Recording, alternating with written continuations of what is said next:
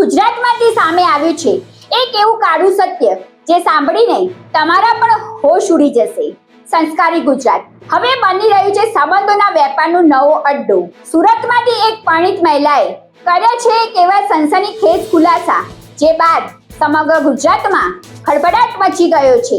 આરોપ છે કે પતિએ જ પત્નીને પ્રેમ નહીં પરંતુ સોદાની વસ્તુ સમજી અને તેને ધકેલી દીધી એક એવા ગંદા ખેલમાં જ્યાં સંબંધો નહીં પરંતુ શરીરનો અદલા બદલી થાય છે. હા, વાઇફ સ્વેપિંગ એટલે કે પત્નીઓની અદલા બદલીનો એક એવો શરમજનક ખેલ જે હવે ગુજરાતના મોટા શહેરોમાં જળ પકડી રહ્યો હોવાના દાવા થઈ રહ્યા છે.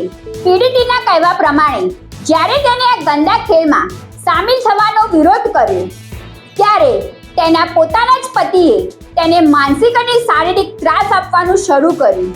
શું સુરત, રાજકોટ અને અમદાવાદમાં સોશિયલ મીડિયાના માધ્યમથી ચાલી રહ્યું છે એક ગુપ્ત નેટવર્ક?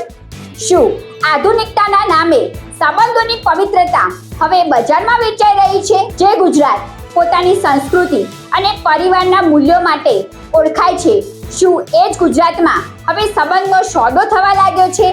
આ માત્ર એક કેસ નથી, આ સમાજને અંદરથી ખોખલો કરી નાખે એવી ભયાનક ચેતવણી છે.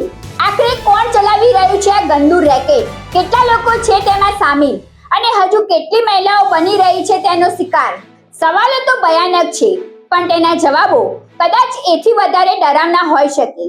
મારું નામ છે, જે અત્યારે મુદ્દો ચાલી રહ્યો છે એ કપલ સ્વેપિંગનો ચાલી રહ્યો છે. જે કપલ સ્વેપિંગનો જે મારા સાથે થયું છે એ રીતે કે મારા પતિ મને એમાં ઇન્વોલ્વ કરવા માંગતા હતા. મારું મેરેજ જે સુરત થયું હતું અને અત્યારે સુરતમાં આ વસ્તુ બહુ ચાલી રહી છે. મારા લગ્નના 3 મહિના પછી મને જણાવવામાં આવ્યું કે આ રીતે આઈડી હોય છે જેમાં આ રીતે કપલો બધા ભેગા થતા હોય છે, જેમાં પેઇડ કપલો હોય છે અને એન્જોયમેન્ટ કપલ વાળા પણ હોય છે. એટલે આપણે પણ એ વસ્તુમાં ઇન્વોલ્વ થઈએ એમ. આમાં નાના લોકો પણ કરતા હોય છે. જે કપલ નાના હોય છે એમાં કોઈ વર્ગ નથી હોતો. જે બધા મોટા લોકો પૈસાવાળા હોય છે એ પણ કરે છે અને નાના લોકો પણ કરે છે, બધી વર્ગના લોકો કરે છે.